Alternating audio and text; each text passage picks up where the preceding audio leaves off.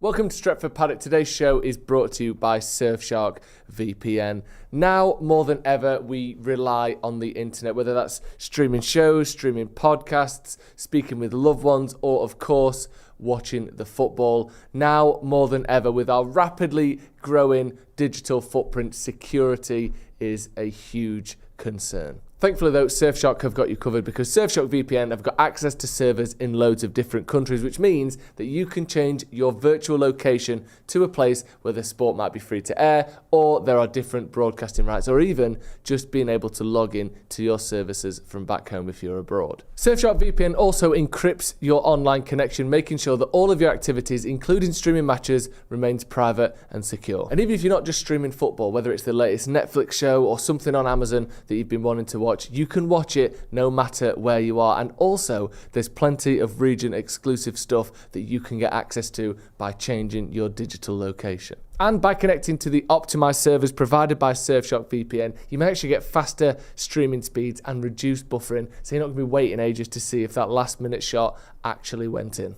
Overall, Surfshark VPN offers you the best flexibility, security, and accessibility to all the streaming and shows you could possibly want, making it the best choice for streaming. And currently Surfshark have a phenomenal deal on. Using the code Paddock, which is easy to remember, you get 4 extra months for free and a 30-day money-back guarantee. Again, 4 extra months for free and a 30-day money-back guarantee. Go and check out the link in the description. And thank you once again to Surfshark for sponsoring the show.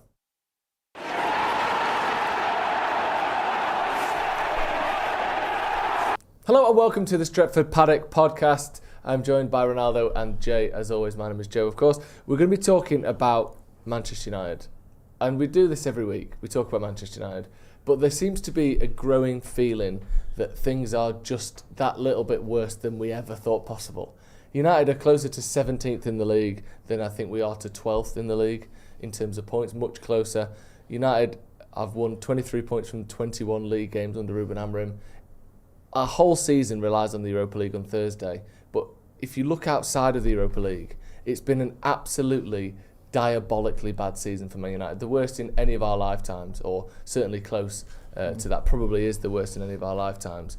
We need to look at what exactly is happening here, because this isn't just a case of we're having an off season. We've seen that we finished 6th and 5th and 8th before. This is, we are one of the worst teams in the Premier League. How can that happen? There's loads of stuff to go through. I want to look at the game yesterday a little bit. I want to look at some of the reaction to that. I want to look at the sacking of managers, what Ruben Amorim's doing. Should we have expected more from him so far? Plenty to get into. Also, there seems to be some news in the last few minutes as well about Jean-Claude Blanc leaving Manchester United, or leaving his role at Manchester United, which there's not a lot of information on that, but we'll talk about that as well. Loads to talk about. But first of all, Ronaldo, how are you? I'm not very good, Joe. No. Just once again, another weekend being defeated by supporting Manchester United. It doesn't start your week off very well, innit? Do you know what I mean? We come in, whenever we win games, innit, we always come in on a Monday and there's a little bit of a bounce in our step, cracking jokes a little bit more. I think we do better in Wordle. Yeah. Do you know what I mean? Yeah, to get ironed after, but then, after his performance. Share your performance on Wordle with the group. I got Wordle in 2 today, so that doesn't fit the narrative. But Yeah. I don't know, man. It feels like we are sleepwalking to the end of the season, and I think losing 4-1 to Newcastle and results like these, it's becoming too commonplace almost. And I think Lyon on Thursday is an absolutely huge game. Obviously, we go out of that, then that pretty much ends our season, doesn't it? And if we go through, we still obviously got a couple of games to go in terms of a semi and a possible final to try and not save the season, because I don't think the season can be saved, but just salvage something from it in terms of Champions League football, something to build on, some sort of encouragement, because I think what we do need going into the summer is a little bit of encouragement. Yeah. How are you doing, Jay? You all right? Are you all right? You got a bit of a cold? Got a little bit of a I cold. noticed that, you say. But I think I'm past the worst of it now. All right, good luck. I don't like to talk about colds because I think it makes them worse. Oh, sorry. I ignore it and pretend that I'm better than it. Show concern. No, I like that you've shown Showed a concern. little hint in the voice. I had one I earlier. don't like to talk about. Yeah, Ronaldo, we had a little That is cold earlier. classic. That sent McCullough over the edge. I had a cold earlier. I'm all right. Do you know what worries me? Is how immune I'm getting to it all. Like, I know we run a channel, right? But it's never like you look at it through the prism of the channel when United lose. You look at it as a fan, don't you? It's like, how as a fan are you? How do you feel about it? And I just feel like, almost like I'm not that bothered. And I've never felt like that supporting United. Yeah. I used to get so annoyed and frustrated at losses. Like, regardless of who they were. You can lose to Liverpool. I know Liverpool's a big game, but like 1-0 and I'd be annoyed. Like, or we lose at Anfield. It's like, why have a look? And now it's just like we're getting battered at St James's, which somehow has become this like ground we can't win at. And it's almost like this magical place that wins every game. When you look at their record, it's good, but they're not unbeatable. No. And yet we almost accept that we're going to get done by them, and not just beaten, but beaten soundly. Yeah. And every week it's almost the same. And Ronnie just mentioned it there, and I've been as guilty as everyone. I was saying it in the news this morning. It's all about the Europa League, and I'm so worried about that, because if we lose on Thursday, this season there's 6 weeks left. Is fucked. Yeah, I think we are lucky though that this season Europa League is, because of the fact that the top Champions League teams don't drop into it anymore. That the Europa League is probably as weak as it has been for a long time, and it should be one that, if we are as good a side as we should be winning quite comfortably. If you look at the teams that are still in it. Should be able to beat all of those, but beatable, aren't they? It's weird because so they're weak. all doing better than us. Yeah, you know, they're all doing better than we are. There's loads of stuff to get into. Except Spurs. I want to look at the some of the response from the game yesterday, and then we can kind of move away from that a little bit. Roy Keane, who is just a walking volley of hate at the minute. Which, you know, he has been for a little bit on United, and I appreciate it's hard to say positive things about United, but I've got a few of his quotes from post-match yesterday that I want to talk through, the validity of them, the nature of those comments. So he said, he described the team as physically and mentally weak. He's also said that's 14 league games they've lost now.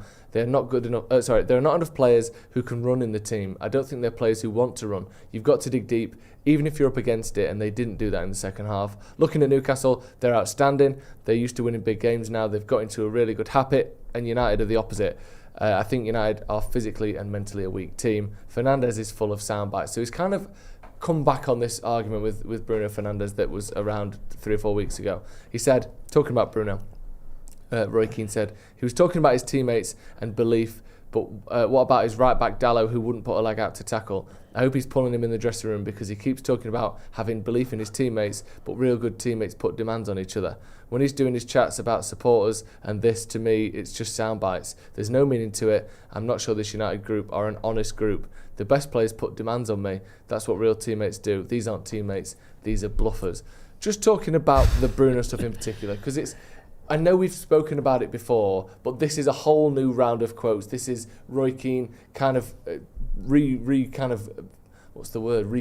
this argument, because it was Roy Keane criticised Bruno, and I thought Bruno handled it perfectly. He said, I've heard what Roy Keane said, I respect his opinion, but here's what I'm trying to do, X, Y and Z. He didn't fight back, but he sort of stood his ground at the same time. I thought he handled that almost like it was written for him by a speechwriter, the way Bruno.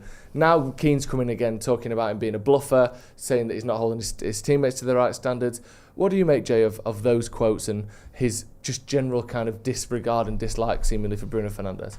I get some of it. I get the thing about the team. We've lost so many games of football. We're sat, 13th, is it? 14th of the table. Wish we were in 13th. And we're not good enough. And I get why Roy Keane is fuming. Roy Keane had such high standards as a player. Even when United were top of the table, Roy Keane wouldn't be happy if he didn't feel that players were playing to the levels that they should be at Manchester United. We heard how he was like Sir Alex Ferguson's voice on the pitch, and even in training he'd pull players up if they weren't putting in the effort in training. So I get it. He's watching a club that he gave 13.5 years, whatever it was, to, and won everything at, just become a bit of a laughing stock. I understand it. That is what Roy Keane's about. He's been like that with Ireland, he's been like that with Manchester United, he's been like that as a pundit, he's been like that as a manager. He's not changing the way he is. I understand it. And I'd be shocked if he came on after the game and went, oh, don't be too hard on him. You know, they've got injuries. You'd think, well, who's this guy and what's he done with Roy Keane?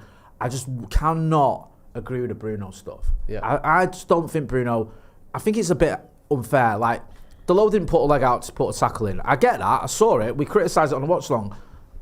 Yeah, maybe Bruno has spoke to him in the dressing room, but it's not Bruno's fault that Dalot didn't do that. This whole thing about Bruno talking in sound bites and all the rest of it, almost every player who gets interviewed speaks like that. Yeah. No matter what he says, you can accuse him of saying a sound bite. He could have said anything and you go, that's a sound bite, that. So I think that's a bit harsh. And also, am I living in a fucking cookie land here? What? Or Bruno Fernandes is surrounded by bang average players for so much of his United career. Maybe not initially, he had quite a good team around him, but for so many games you watch him and you've got a makeshift defence, you've got goalkeepers rotating now, which is a new thing. You've got strikers who can't score. You've got number 10s who are swapping and are not going 28 games or whatever with 1 goal in 28. Like, he's the one consistent player, who has just won a Player of the Month award, I think, who does turn up for goals and assists and puts tackles in and is fit every game. He's the one player we've got who isn't an issue in any way, shape or form. And I know he's a skipper, but there's only so much he can do. You might go, well, Brian Robson, I've said it myself, was surrounded by a team that wasn't great, but Brian Robson still had Norman Whiteside and Paul McGrath, and he had a time where he had like Mark Hughes or whatever. He had players that were quality. Gary Bailey in goal, who was a decent goalkeeper. Kevin Moran, or players that you could, like Arthur Albiston, players that everyone rated. Like, at the times, Bruno Fernandes has just got this constant merry-go-round of teammates, all of whom are deeply flawed. So I just feel like it's so harsh to keep blaming Bruno and to keep putting it all on him. There's only so much he can do, and I think he's not the problem. I don't know if he is putting it all on him though. He talks about him every fucking game. He's definitely jabbed at him, and I think he does have. I think a lot of the stuff he has said towards Bruno has been unfair though, and he's almost. I don't know if it's because. Is there a bit of because Bruno's the captain and he used to be a captain and he kind of puts more responsibility on the captain of the team. People put more responsibility on Bruno because he's by far and away the best player. Sometimes with a lot of, obviously with that ability comes a lot of responsibility as well. So I think there is that angle of that. But when I look at what his quotes he's saying, even though he is having a little bit of a jab at Bruno, I think there's a lot of bigger picture to what he's saying in terms of he's looking at the rest of the team. When he's saying, it's not like, I'm not looking at quotes thinking he's just singularly calling Bruno a bluffer. It's that though, when he's doing his chats about supporters, this and that. That seems unnecessary, that. It's just sound bites, there's no meaning to it. Like, you don't do you know what I think he's referring to though? Go on. I think he's talking about the fact that not even Bruno in particular, but for about 2 years now, 2.5 years now, we've had poor results, poor performances, like embarrassing runs of form, embarrassing games against teams that we should be beating. And how many times have we seen Instagram posts, tweets, players come out in interviews saying, sorry, it weren't good enough, it's going to be better, this and that, and then we see the same thing the following week. I agree with that. I wonder if there's a bit of that in terms of what he's pointing to. I respect him if he said that. Do you know what I mean? I just, every time, Roy Keane's not stupid. He's been doing punditry now for, a decade? Like, he knows when he says Bruno Fernandes' name and what he says about him, that's going to become a headline. And it does. And I just feel that at times, like, if he said, I agree with you, like, if he said, these United players, everything he said I agree with, apart from the digging out Bruno with the soundbites thing. I think if you're saying the team will be on Instagram posting posts saying, we go again, we're sorry, it's not good enough, we love the fans. I get all that, but it's this constant thing of Bruno. And I feel like if Bruno Fernandes was surrounded by players that were all performing well and we were still failing and it was still like he wasn't performing or whatever, you could go, there's a bit to it than that. But you look at what he's got to work with. I feel sorry for Bruno, I do. And I know a lot of people won't agree. But I look at it and I think, I know I'm repeating myself and I know I say the same things over and over, but you've got strikers that don't score in front of you. You've got a merry-go-round behind you in defence. Even midfield, 1 minute it's Casemiro, then it's your guy. 1 minute Casemiro's rubbish and everyone thinks he should be dropped. Then everyone thinks he's great again. Then everyone loves your guy and then everyone thinks he's rubbish, he should be dropped. Then Kobe Mainoo does well, then he's injured for months. Then it's Mason Mount is back in the team, then he's out again. And I think he's surrounded by players that are either injured or changing or not performing at levels. And he's the one that is capable of getting a goal, getting an assist, putting a foot in. I just feel like he's not the issue. I just feel sorry for him, man. I do. And yeah, he is flawed. I know he can annoy people when he carries on and stuff like that. But then I saw a thing where it's like he needs to have these high standards. And after the game, he was talking about that. He was talking about how he's harsh with some of the players because he wants them to play better. So I don't know. I just feel like Bruno Fernandes is the one player at the minute, I think anyway, who's almost beyond reproach. Yeah, I completely agree. I don't. I'm just to clarify as well. After yesterday, I don't mean Harry Hamas should be getting any criticism. Yeah. But I mean, in general, of the first team players that play most weeks, he's the one where you go, it's not on him. Yeah. I feel like almost everyone else you can criticise. You can look at every number 10 in all of the top divisions, basically worldwide. Yeah. He's got the most goals and assists of anyone. Bruno Fernandes has. Assists in not this just team like as well. top 5 leagues. I'm looking at this list here now.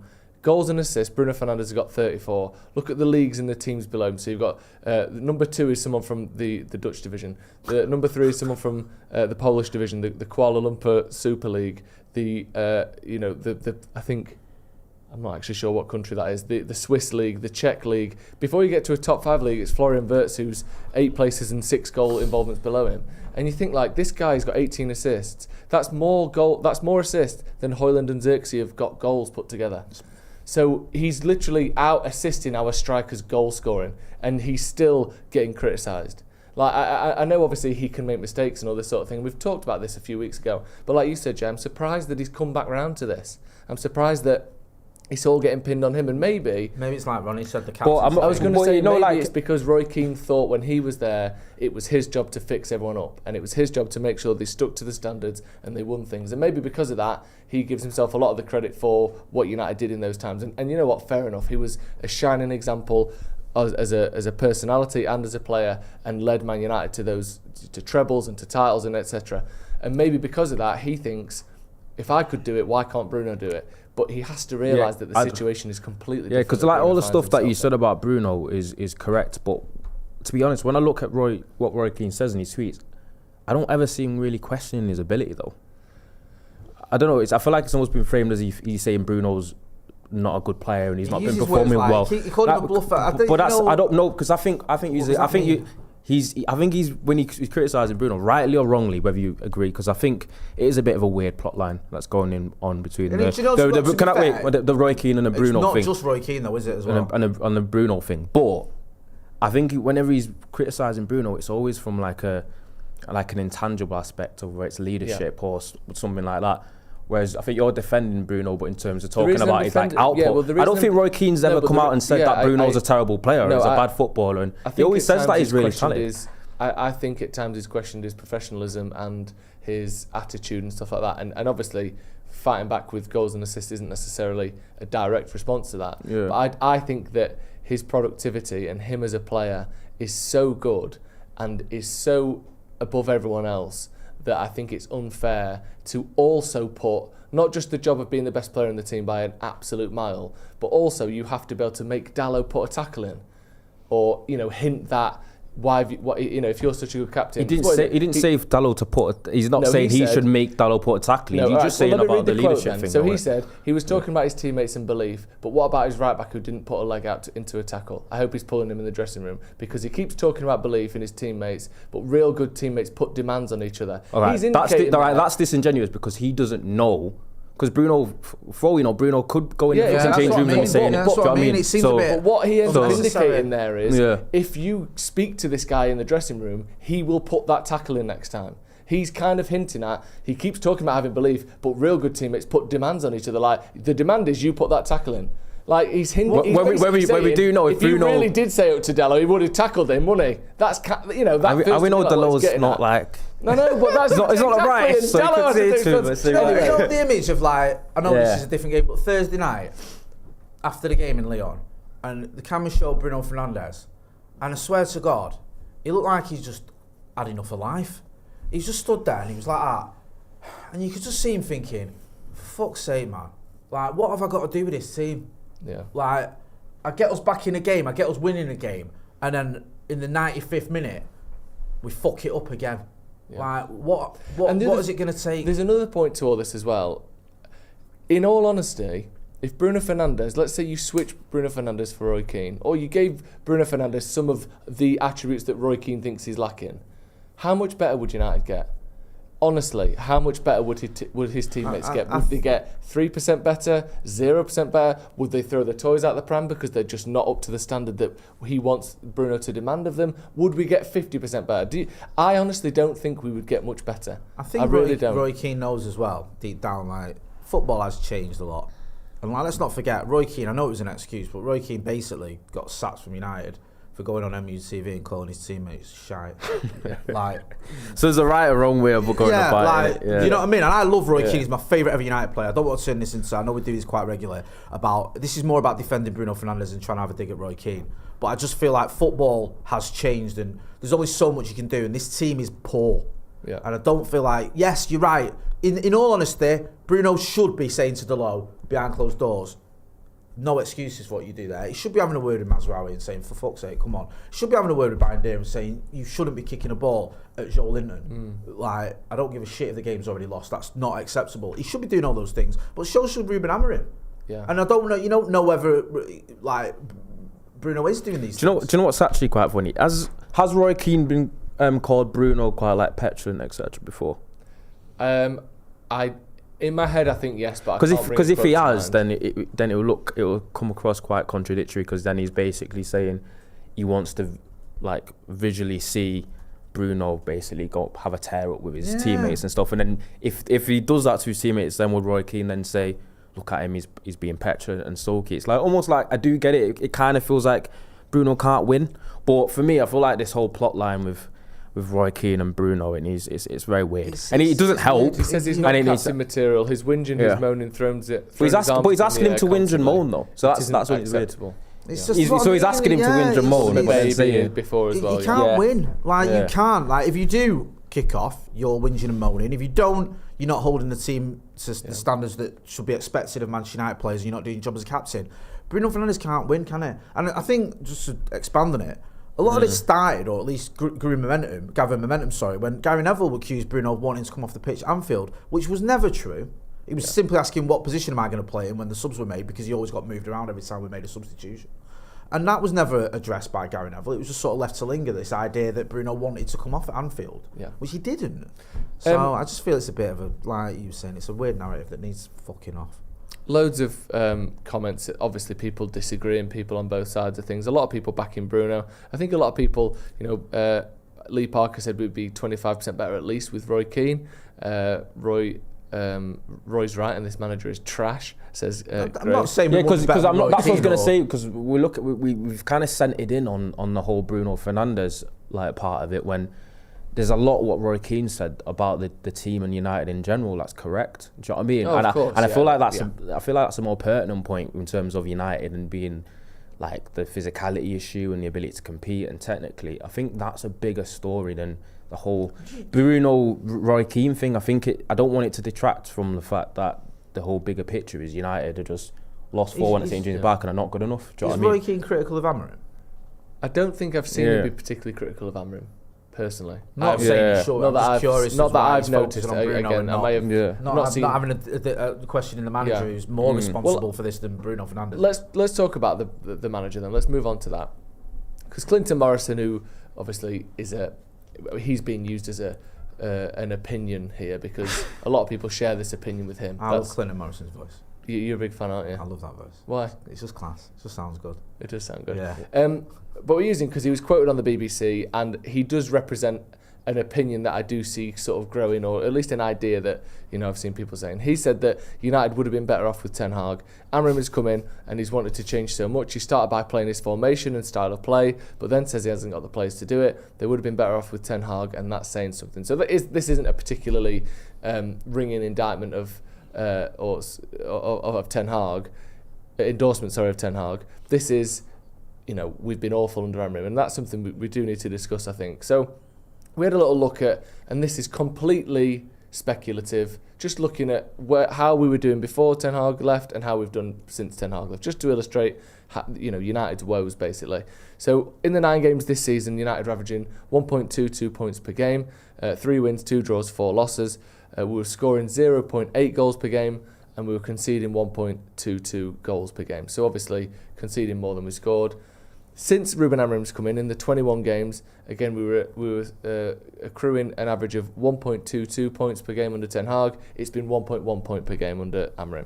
In terms of goals scored, we've gone from 0.88 to 1.24 per game, and in terms of goals conceded, we've gone from 1.22 to 1.57 goals per game. So we are scoring more than we did, conceding more than we did, and actually getting less points per game than we did under Ten Hag. There's a lot of things that go into that. This was Ten Hag's 3rd season.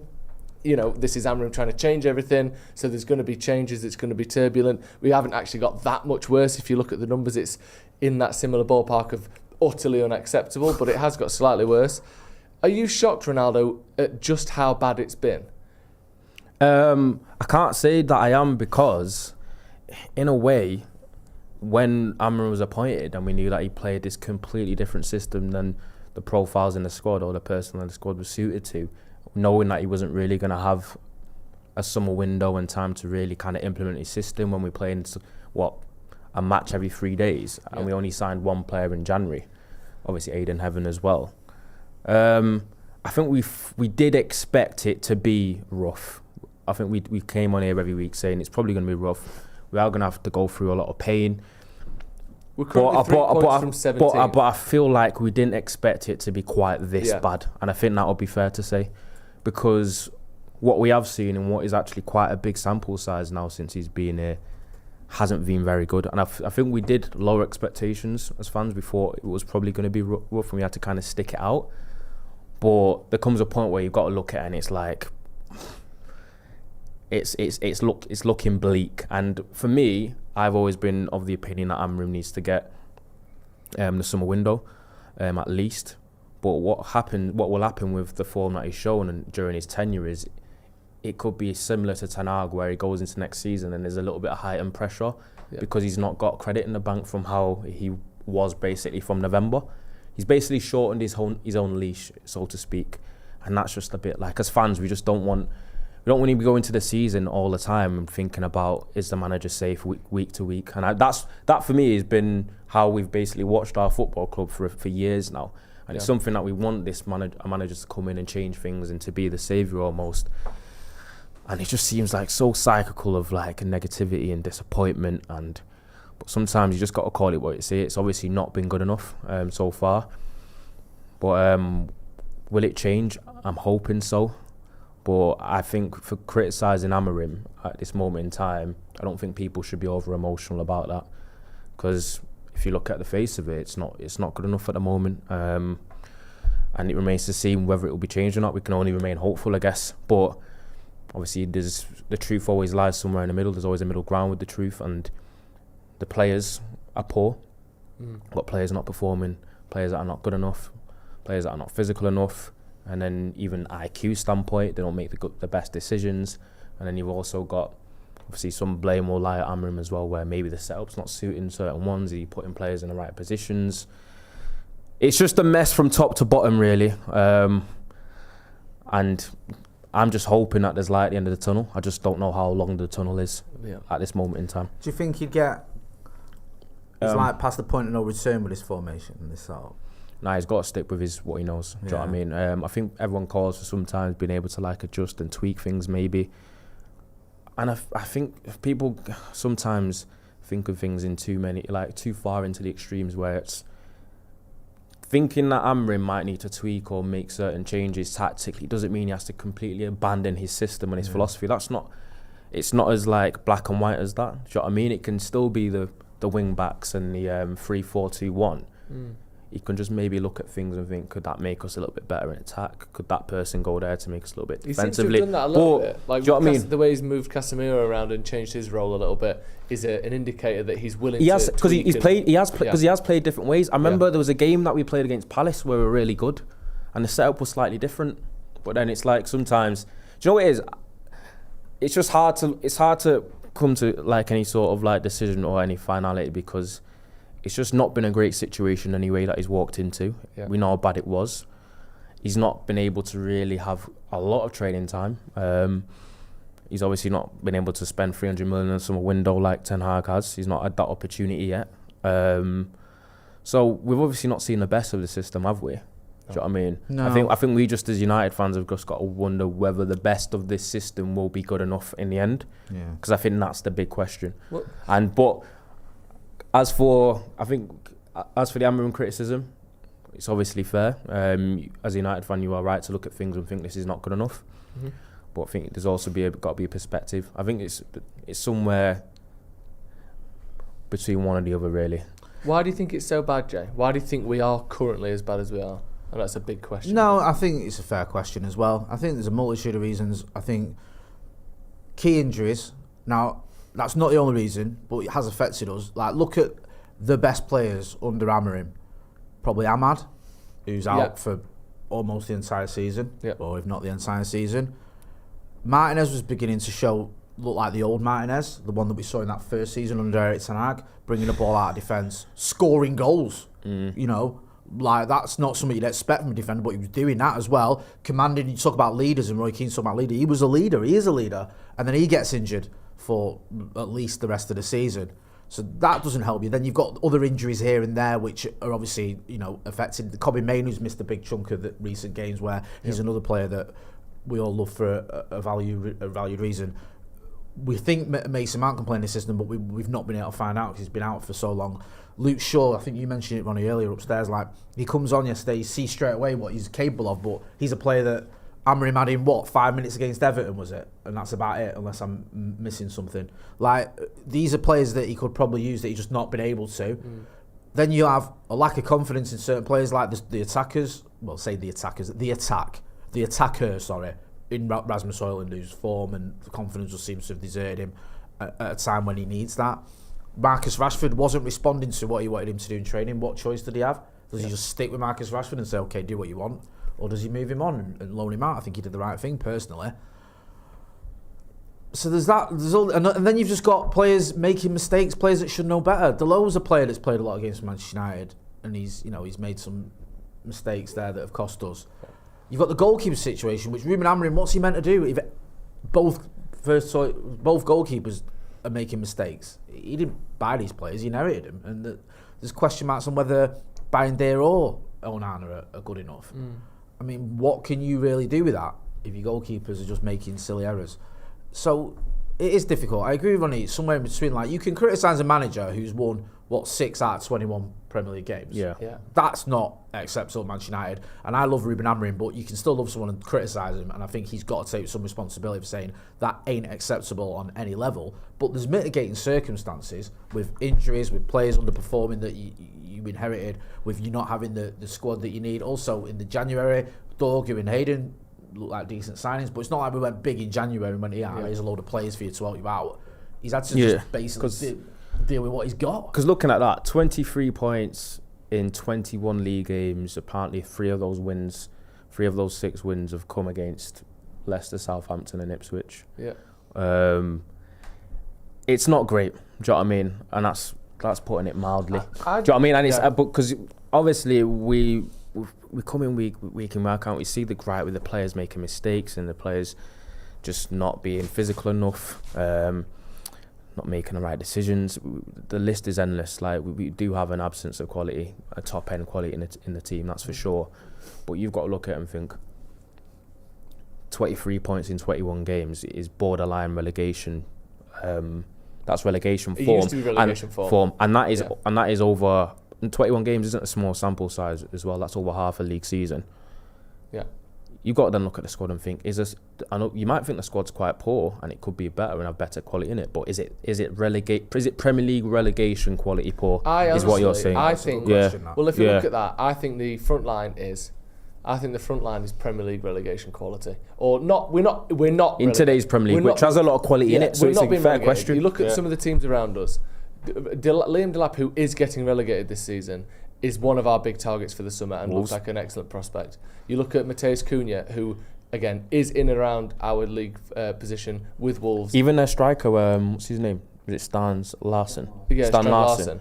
Who's been great for them. Who is a good player. You look at the other teams around us. West Ham, I don't really think have got top level strikers, but they've got Kudus and they've got Paqueta and people in there who are good attackers. Leicester has El Khanous, who people think's the flavour of the month as well. El Khanous is a good player. There's a lot of attackers in the teams around us. I mean, look at Tottenham. They've scored 60 goals this season. Only Liverpool have scored more goals than Tottenham this year, and they are below us. And I don't think they've got tons of great attackers, but they've got better players than we have.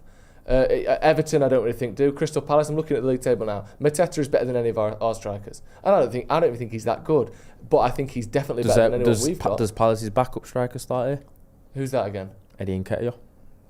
Maybe, but maybe not. It's ridiculous to say because I think Eddie Nketiah is a bang average player. I agree. But he might well start for us right now. He probably will. I always had a weird fear. I honestly thought Eddie Nketiah was going to go to Palace and bang. So you look at Brentford, who were 11. I thought it was like... I wanted Ismail Assar. Mbeumo and... I love Ismail Assar. Those 2 goals against Liverpool when he was at Watford. I'll tell you what. Yeah. You've been a Assar fan for years. I've been a Assar fan ever since that day. I was like, when we were linked with him, had a decent season. Yeah, I was like, oh my God, this will be Christmas And come even- early if he comes in. Even Eze, who's I think quite a patchy player and goes in and out, he's having a good run of form now, so people would say him. Do you know what it is with players like that though as well? West Ham. Like- Could you do some bowing? Yeah, That's- like yeah. they're good to watch Yeah, as well. Bowen, I Though. forgot They're about him. exciting. Yeah. And sometimes it just feels like we're lacking a bit of that. So our attack is genuinely as bad as anyone around us in the league, and we are in and amongst the 14th, 15th, 16th. Other than Everton, who I don't think got any great strikers. I think all the teams around us, and even some of them below us, have got better attackers. I think the telling thing was that Brighton was able to loan a player to Ipswich within the Premier League that Enciso. would arguably start for United currently. Yeah. And Enciso doesn't always play. And I'm not for saying we Ipswich should either. try and sign all these players, by the way, that's how bad because it is. long term, I want to have players better than Enciso or better than, I think Mateta is a limited player, but right now he would be easily our best attacker.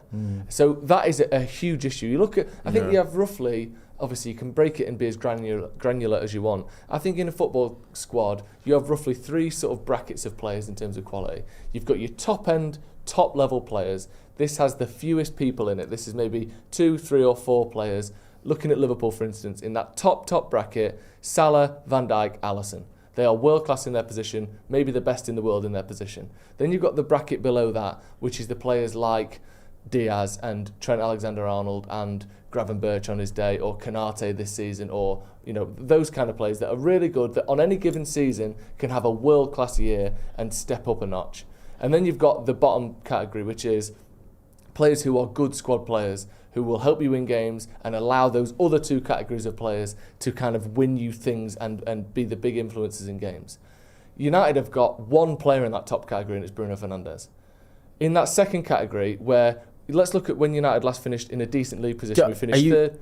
Yeah, I was going to say you lead into like the whole like Soccernomics theory of about what it comes down to in terms of how good a team is and how well it does is when it comes to player and manager, it's 95% players. I think it's about 85 to 90% player. I'd agree because... But let's look at the last time United had a good side. We finished third and we got to 2 cup finals in Ten Hag's first season.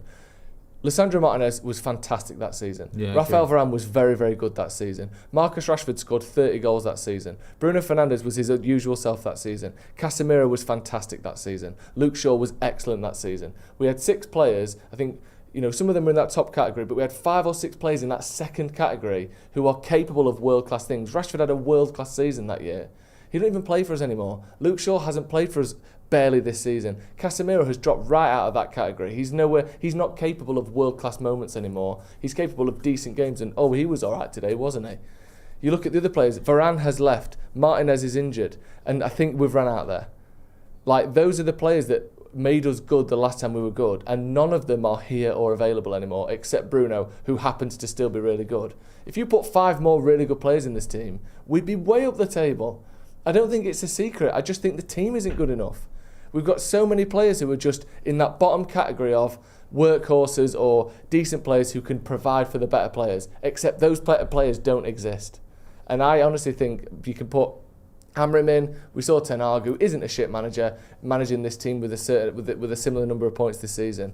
I think most of it just comes down to the fact that the squad isn't very good. Do you think it's crazy we're still saying that when it's not like INEOS have come in and not signed players? We've signed De Ligt, Mazraoui, Xerxes, Ugarte, Dorgu, Aiden Heaven. So of those players, I think... Again, I know these 3 categories are something I've invented, so I'm not expecting everyone to buy into this idea. We sign 5, 6 players all the time and then still saying the squad's not good enough. I love Matthijs de Ligt. Yeah. I think De Ligt is very good. Love him. Mazraoui could be in that one, but is now kind of torn. Are you a fullback? Are you a De Ligt's good, and De Ligt's been a solid signing, but there will obviously be a reason why he's let Juve and De Ligt have let him go when Bayern. He's nowhere, and Bayern have let him go when he's not necessarily gone to his prime yet. He's obviously a solid player, a good player. I think Bayern fans weren't. They were quite split in terms of what Kevin. Bit of intrigue there, weren't there, where they the deal was on the table and there was like a little bit of a bet. And United weren't the only team interested. And also, just judging him off performances for Manchester United, I've been very. I think he's been excellent, and I think he is in that second category where you're a very good player who can have a world class game or season or spell. But too many of our players just aren't up there. And that top echelon, when you look at when City won everything, Rodri was up there, Haaland was up there. You still had the centre-backs like John Stones was up there that season. He was world-class that season. Very well that season. And we just, at the minute... in midfield as well, a few players. Rashford is capable of fantastic things, world-class things, but it's not going to happen anymore for Man United, is it? So that possibility is gone. Casemiro is too old now to do that. That possibility is gone.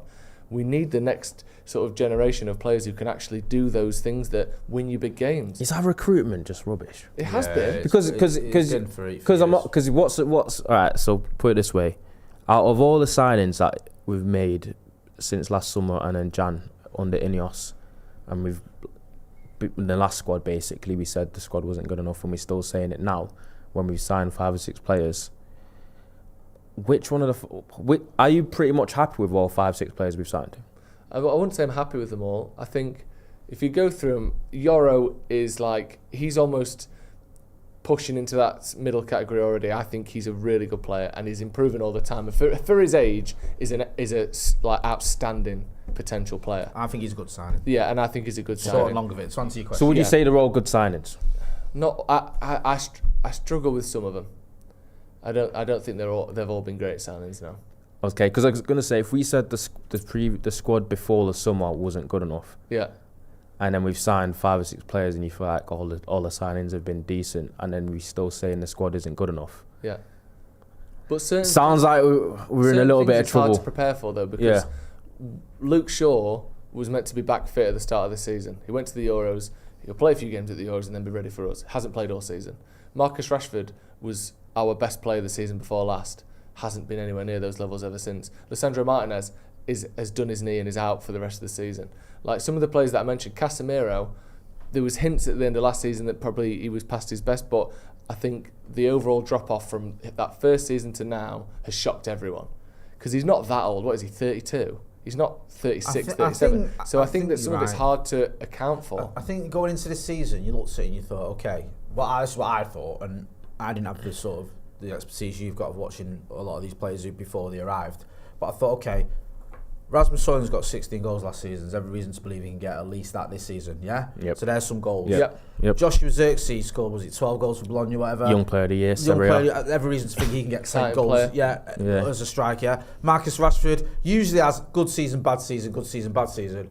Had good season, bad season. There's a good chance to believe he'll have a good season this season and get himself back amongst like the England setup and all that jazz, yeah? So he can probably weigh in with at least double figures. Do you know what I mean? There's some goals there for you. And then Bruno gets your goals. Who else did we have that's sort of... Garnacho's going to weigh in. Maybe he'll keep improving. Yeah, maybe Ahmad finally gets... Because I've always loved Ahmad. Maybe Ahmad gets some more games. Like, that front 5, 6 players, there's something there. Hopefully a youngster breaks through. Yeah, a youngster breaks through. Like, even in the summer we signed Cheeto, and we're like, he might end up getting minutes. He's only a kid, but he might get some minutes. Like, he's that good. Marcus has become completely useless to Manchester United because he's gone to Aston Villa, so he doesn't count. Anthony, forget him. He's gone. Like, he's doing well for Real Betis. Fair play to the kid, but he's not doing anything for us. Jadon Sancho's he's got his first goal in 17 games for Chelsea or whatever it is, but he's no good to us. Rasmus Højlund has fell off a cliff. Yeah. Now we find out Josh Zirkzee actually isn't a striker after all. He's a number 10 or 9.5, but let's be real. Ahmad's injured. Garnacho. Ahmad looked great and then got injured. Got injured, yeah. Garnacho, is probably having his worst season for us. Even though I like Garnacho and I think he's the player there, in terms of his productivity, it's not been great.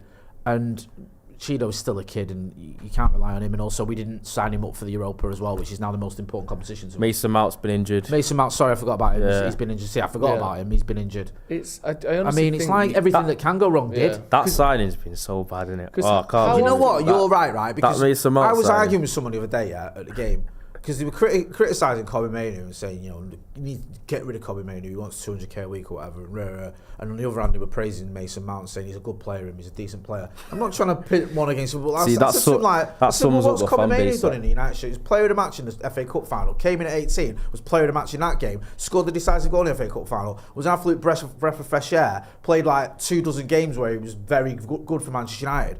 Mason Mount, who, he might end up being good, but cost, 250k a week in wages, cost us 60 million or 55 million, and I haven't done out yet. That's actually a shambles. like there's United fans out there And I think, like, why is one taking the side of Mason Mount and Mount Mainu. Oh, Mason Mount get behind him, give him time. Because Kobe Mainu, sell him, and I'm like, why? The first point in all that is we don't need to pit them against each other. No, I'm not trying to do that. No, I'm saying the argument I was having. Yeah. So someone is doing that. Yeah. We don't need to do that. Firstly, and secondly, if you're gonna, it's not a question, is it really? Kobe Mainu was fantastic last season. Like, Didn't cost you nothing. Yeah. 19 years old. He's already had some really good moments in a Manchester United shirt. He's basically nailed down a starting place at 18 in a Euros run for his country to the final. And then we've spent 55 million, 60 million on a player who's underwhelmed when he has played and then been injured for most of it. Joel's got a theory on Mason Mount, how he can improve. Go on. He needs to stand out a bit more, and I think I've said this before. He needs to dye his hair blonde. He needs. Is it because in his cameos you don't notice it? Because when you're watching him on telly, and let's be honest, most people who watch Man United watch him on telly. I watch him on telly a lot in the studio. Mate, I watch him in a game and I'm blind. I can't. He read you. The vast majority of Man United fans are watching those games on telly. That's just the fact of the numbers, right?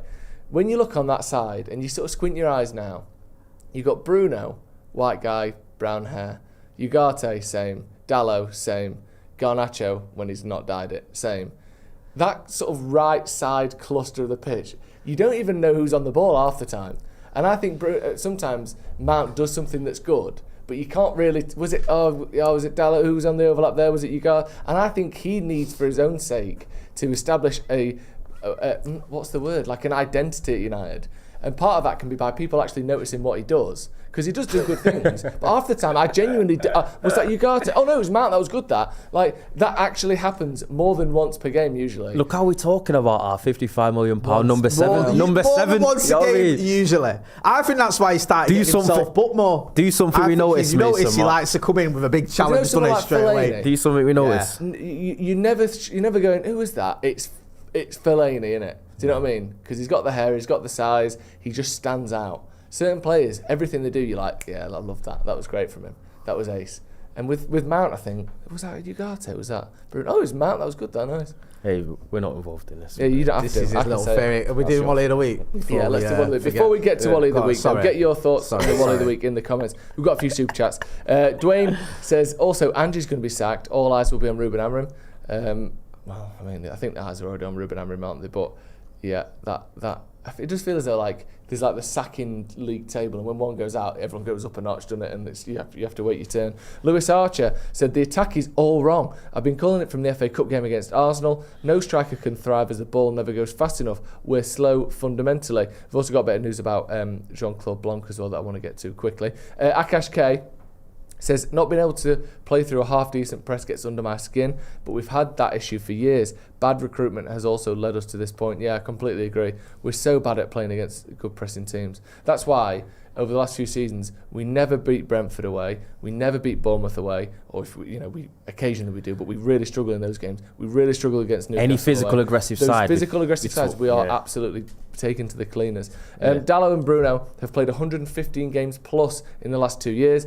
The players that we signed have to be physical and technical dogs, apparently, DAWGS. John Sidabutar says, bad owners want young players. We will be worse. Well, we'll have to wait and see, obviously. I don't think you can say young players will be better or worse. If you get the right young players, you might be able to get top players for cheaper, but obviously it's hard to recruit those kind of players and scout them. Lewis Archer said, why has Hoyland gone from top scorer to not getting shots or goals? What's happened? Want to hear from Ronnie. What do you think has happened to Rasmus Hoyland? He's obviously had a crisis of confidence. I think that's obvious as well. That's never going to help an attacker. But I just think he's actually just not gotten enough development to his game in terms of since he's got here. And in the season where he scored 16 goals, sometimes if you look at it just at the output, it looks good. Do you know what I mean?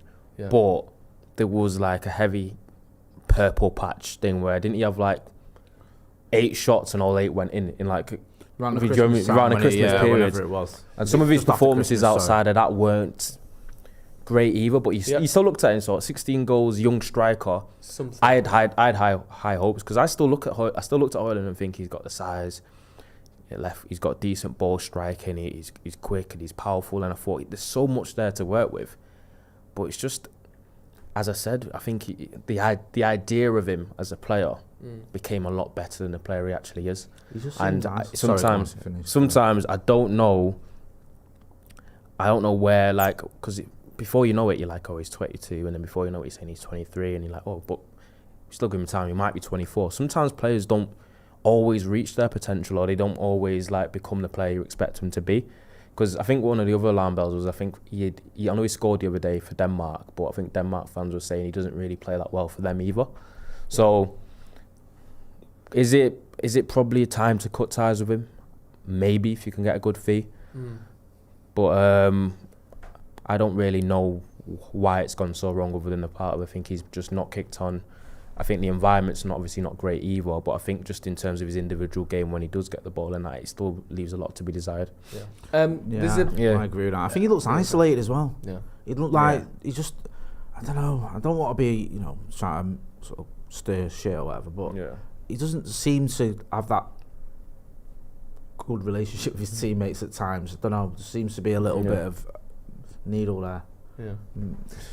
Let's move on to a little bit before Wally of the Week. A little bit of a statement on Jean-Claude Blanc, who is part of INEOS, who was on the board, whose role is now changing. So the first bit of this came out about an hour or so ago, talking, it's a company's house screenshot of Jean-Claude Blanc leaving Manchester United. Or not leaving Manchester United, leaving his role, which sparked everyone going, has he been sacked? Is he leaving? So United have since made a statement, and I'll read it to you. It says, Jean-Claude Blanc has stepped down from his position as director of Manchester United. However, he will continue to have an active role in the management of the club in his new position as Chief of International Football Relations and Special Advisor to the board. So he's no longer on the board. Thank fuck for that. I was worried sick when you read the first bit of that out, but he's still going to be involved in terms of his new position of Chief of International Football Relations and Special Advisor to the board. That's a relief. Yeah. Good, isn't it? Yeah. Because I thought that what his role is going to be now was more in line with the job that he always had in previous clubs, though, innit? Yeah. Yeah. He was more on the commercial side and the international relations turning side. PSG into that kind of global brand that they are now, rather than just a football club. Yes. They're a fashion brand, and they're much more than their sort of stature. Let's get to Wally of the Week then. Who's been absolute Wally this week, Jay? I'll start with you. The Lyon police. Oh yeah, nice. Tear gassing people, stopping them to go into the toilet. I spoke to some of the lads that were out there. James Young, who's been on the channel, was over there. A few of my mates went there. My mate took his lad for his first European away trip. He's only a young kid as well. He's about 9, I think he is. And the police just treated him like shit.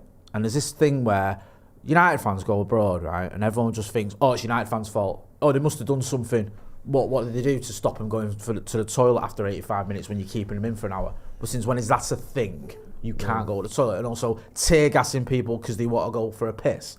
That's not a thing either. No. So he was just treated like shit. That's borderline sort of human rights violation. Yeah, it is. I know. Like, toilet. And yet people look at it, unless you're a United fan, going, it's just them. They're probably just doing something wrong. Probably just being thugs. Well, they weren't doing anything wrong, and they got treated like dirt. And the club needs to fix up and stick up for it, man. It's like we never actually got the justice we should have got from when Roma police attacked a load of United fans for nothing. That was 20 odd years ago, however long it was. So yeah, it's just disgraceful seeing. So I think the Lyon police are Wallies of the Week. They need to fix up. Can go without saying. Could be so many. I feeling Anana definitely has to be one. Yeah. Because obviously he's put a lot more pressure on the upcoming game than it should be. It's also then led to him being dropped, which introduced Bayern Day for him to have a bit of a pressurised game where he makes a mistake that leads to a goal in itself. I just think, in terms of an echo chamber, I think he just created a bit of a problem, an environment that didn't need to be, and then obviously he didn't back it up. And I think his performances in Europe since he's got here have got us in constant trouble. But I just feel like the storyline that he created after it, even that leads into the Bayern Day game against Newcastle and who's going to play and this whole media drama around it, and now United having to look at a situation where he's going to be going Saudi and just the disruption it's caused off the pitch while his performances on the pitch have hurt us as well. So he think he should get Wally. Fair enough. My one of the week is everyone that ever doubted Jadon Sancho. I think once again he's proved everyone wrong. I think he's well worth the money. He's well worth the money. I think when you look at the 26 million or whatever it is that United and Chelsea had agreed on, I think that's an absolute bargain. I think he's proven that again with his first goal of 2025. And I think anyone that ever said he's underrated or he's scores when it matters, isn't it? Busy's end of the season. Just wait till the end of the season. Yeah, he is. Not everyone can score against Ipswich. Like, that is a hard thing to do. Most people don't. Have you ever scored against Ipswich? Ipswich? Exactly. No, you haven't. Jadon Sancho has. So obviously Chelsea will buy him now, maybe even give us a few million quid more than what we agreed to do. And I just think everyone who ever doubted him and said that he wasn't up to it, or he's not playing well, or that United should have him back and Chelsea should pay a few million to give him his back, I think they're all got egg on their face now. You know what that is? What? 2 words. What? Freedom. I think that's a great place to end, Jay. Thank you very much. Thank you, Ronnie. Thank you, Jay. Thank you for everyone for joining us at home. We'll see you in a bit.